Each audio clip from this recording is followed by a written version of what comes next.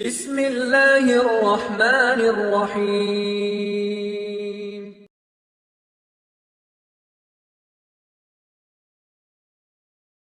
அவன் மரணத்தின் நிலைமையை எண்ணி பார்க்க வேண்டும். பாவங்களிலிருந்து விடுதலையாக வேண்டும் என்றால் அவன் மரணத்தை நினைத்து பார்க்க வேண்டும். அல்லாஹ் ரப்புல் ஆலமீன் சொல்லுகின்றான், ஹத்தா இதா ஜாஅ அஹதஹுமுல் மௌத் قال رب ارجعون.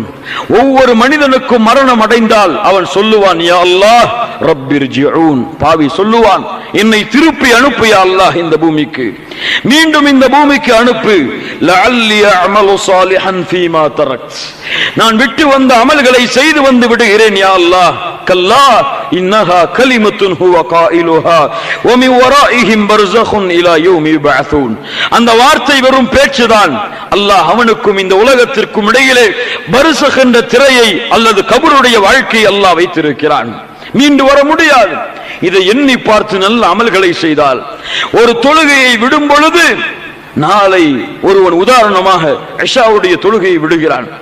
இஷாவுடைய தொழுகையை விட்டு அவன் உறங்கக்கூடிய நேரத்தில் அவனுடைய உள்ளம் சொல்லும், நஸ்ஸுல் அம்மாரா ஏவும், நீ இந்த இஷாவுடைய தொழுகையை விடப் போகிறாய்.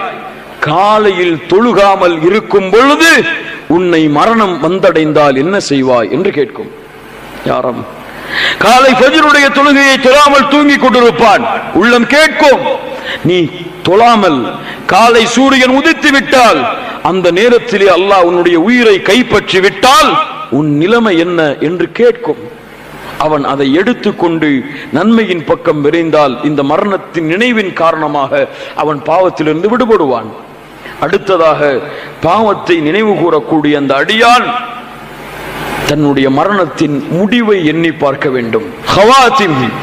அவனுடைய முடிவு என்ன, என் முடிவு என்ன, எந்த நிலையிலே நான் மரணம் அடைவேன்? மிக முக்கியமான செய்தி கண்ணியத்துக்குரியவர்களே, எந்த நிலையிலே என் மரணம் வரும்? ஏன் யுபஅஸுல் அப்து அலா மமாத அலை. அல்லாஹ்வுடைய தூதர் சொன்னார்கள், ஒரு அடியான் எந்த நிலையிலே மரணமாகிறானோ அதே நிலையில் தான் மறுமையிலே எழுப்பப்படுவான். யாரும் சிந்தித்து பாருங்கள். எம்மில் பலர், எத்துணையோ மக்கள் தொழுகையை தொழாத நிலையில் மரணமாக இருக்கிறார்கள். இவர்கள் நாளை மறுமையில் எழுப்பப்படும் பொழுது அல்லாஹ்வுடைய தூதர் சொன்னார்கள், காரூன வ ஃபிர்அவுன வ உபை இப்னு கலஃப். காரூனோடு, ஃபிர்அவுனோடு, உபை இப்னு கலஃபோடு தொழுகையை விட்டவர்கள் நாளை மறுமையில் எழுப்பப்படுவார்கள்.